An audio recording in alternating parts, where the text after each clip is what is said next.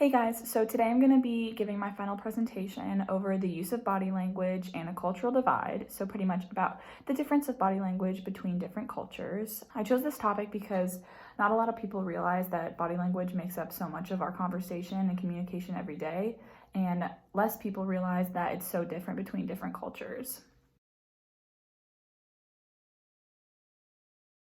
So during my presentation, I'm going to define body language and show you the different types that people use to communicate.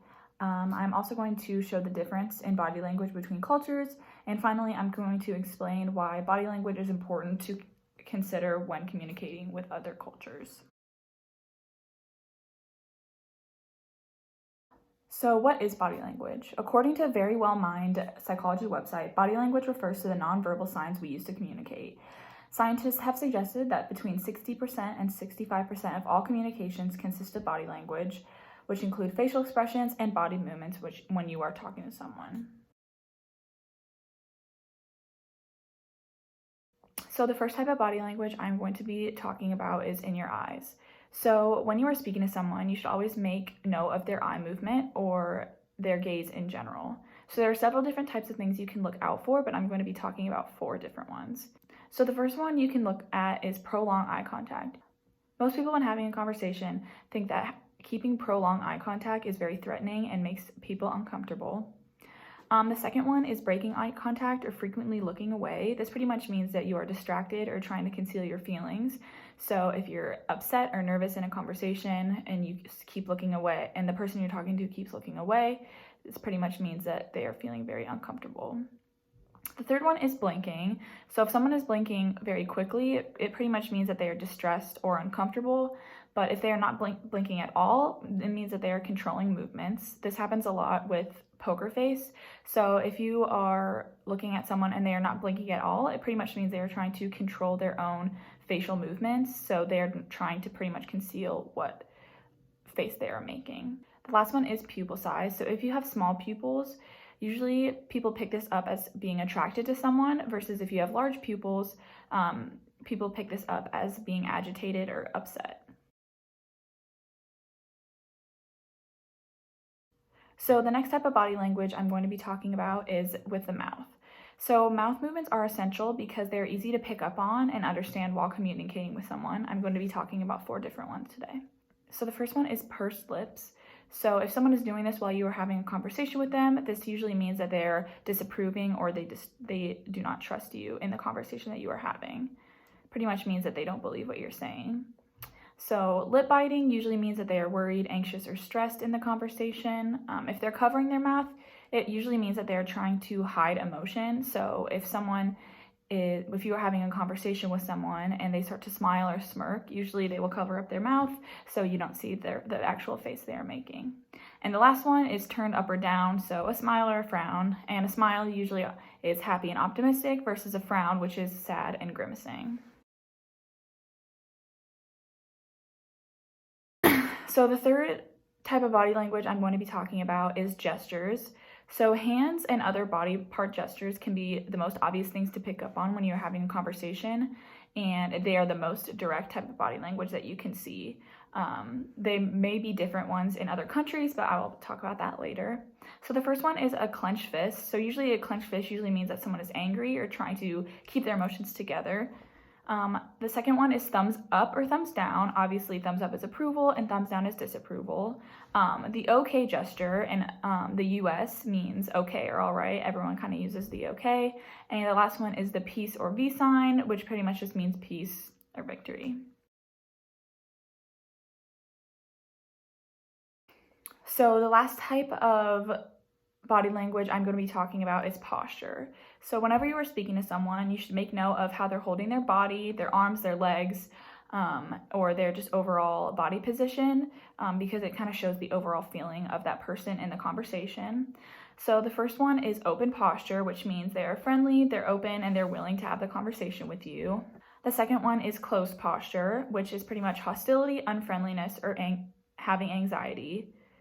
So if someone is very nervous in a conversation or uncomfortable, they will usually close their posture and not show that they are open to the conversation. The third one is having crossed arms or legs. So usually this means that people are defensive, self-protective, or closed off. So kind of the same thing as closed posture, but just kind of covering up your entire body to show that you are not open to having a conversation. The fourth one is having your hands on your hips, which pretty much just is in control of the situation or very aggressive. And the last one is fidgeting or tapping fingers, which usually means that someone is bored, impatient, or frustrated in a conversation. So they're trying to take their mind off of something, or they're bored and they just can't focus.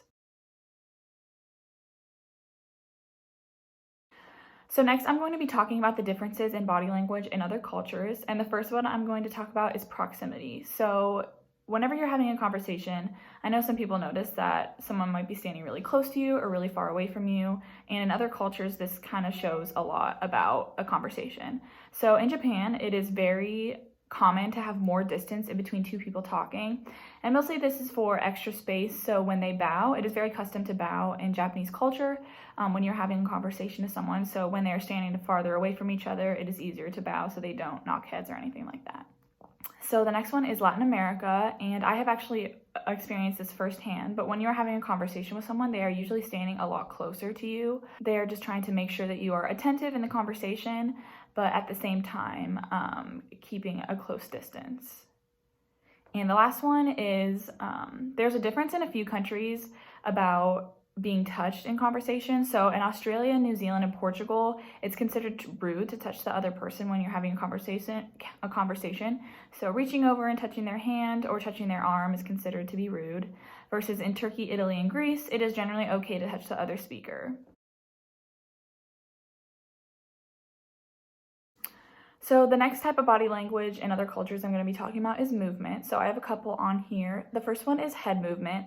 So in India, a lot of people use the side-to-side motion when they're having a conversation. Obviously, it's different than the up and down versus the shaking no in the United States. But side-to-side tilt usually means to confirm something, to agree to something in a conversation. Versus in Japan, that side-to-side tilt usually means that you've been heard, but not necessarily agreeing with the conversation you're having, just knowing that they understand what you're saying. So the next one is eye and nose contact. And in Western culture, making eye contact in conversation usually means that you are attentive to the conversation and you're interested in what the other person is saying. Versus in Japan, it is incredibly awkward to make eye contact with people and they don't consider it to be something that is usual. So in Italy, there is a gesture that tapping your nose means watch out. So if you're having a conversation with someone and they're like, watch out for something. Versus in the UK, tapping their nose usually means that it's confidential. The conversation you're having might be confidential, or they're telling you something that is a secret and you would want to make note of that. The next one is your lips and kisses. So I'm sure all of you have noticed this in movies or whether in person, but Europeans tend to kiss in public, usually meaning hello or goodbye. But in Asian cultures, kissing is considered very intimate and they only do it in private. So that's very different and would be something that you would want to make note of if you were visiting those countries. And the last one is the finger signs, or pretty much the OK symbol, what I was talking about earlier. So there are a lot of different meanings in cultures for the OK sign. Obviously, in America, it's positive, okay, all right. In France and Germany, it means 0 or nothing. So if you're at a store trying to buy something, they say the OK sign, then usually it's 0. And in Japan, in a professional setting, that sign means money. And finally, in Mediterranean, Arabic, and Latin culture, the OK symbol is actually an obscenity, meaning asshole. So obviously very different between all the different cultures, so something you would want to watch out for. So all this goes along the lines of having etiquette. So the first one, knowing the difference in your culture versus the one you are visiting. Pretty much just having common sense. If you're not sure if it is culturally appropriate to do the hand gesture or the body language movement that you want to, you probably just shouldn't. Be smart about it. And then be aware of your surroundings, not necessarily learning the differences beforehand, but just being aware of them while you are there. And there are actually a lot of popular travel guides online that tell you all the differences between the body language. So if that is something that worries you or is concerning, then you can always look at those if you are going to visit or speak to someone in another country. So in our textbook, Multicultural Manners, there's actually a very large section about body language, and I decided to choose 2 stories from that section to talk about. So the first one is called Giving Change, and it's about a woman is making a money exchange with a store manager who is Muslim, and she accidentally touches his palm with her fingers as she is handing him money, and he quickly pulls away his hand. She apologizes and leaves really quickly because she thinks that she has scratched him and she's embarrassed. But later she realizes the manager didn't want to be touched at all because in Muslim culture, it is very taboo for unrelated Muslim males and females to have body contact. Even though she was an American woman, it still made the man very uncomfortable. So that is just something, even the slightest touch of hand is different in their cultures. So the next one is called Thumbs Up, and it is about an administrative officer. She congratulates an Afghani student on a good test score by giving her the thumbs up, and the student immediately leaves. She becomes very flustered and she quickly leaves the office. So in Afghani culture, a thumbs up has the same connotation as a middle finger in the US.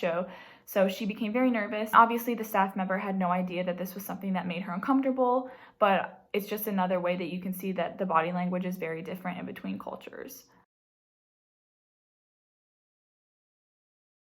So in conclusion, as we can see from this presentation, no culture's body language is the same.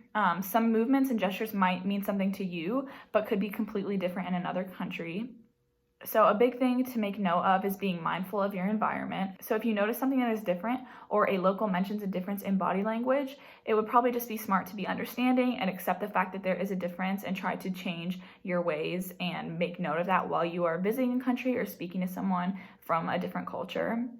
And finally, you shouldn't be afraid to ask questions about the culture's body language because it's better to be uncomfortable and ask than do something wrong and make someone upset or offend someone.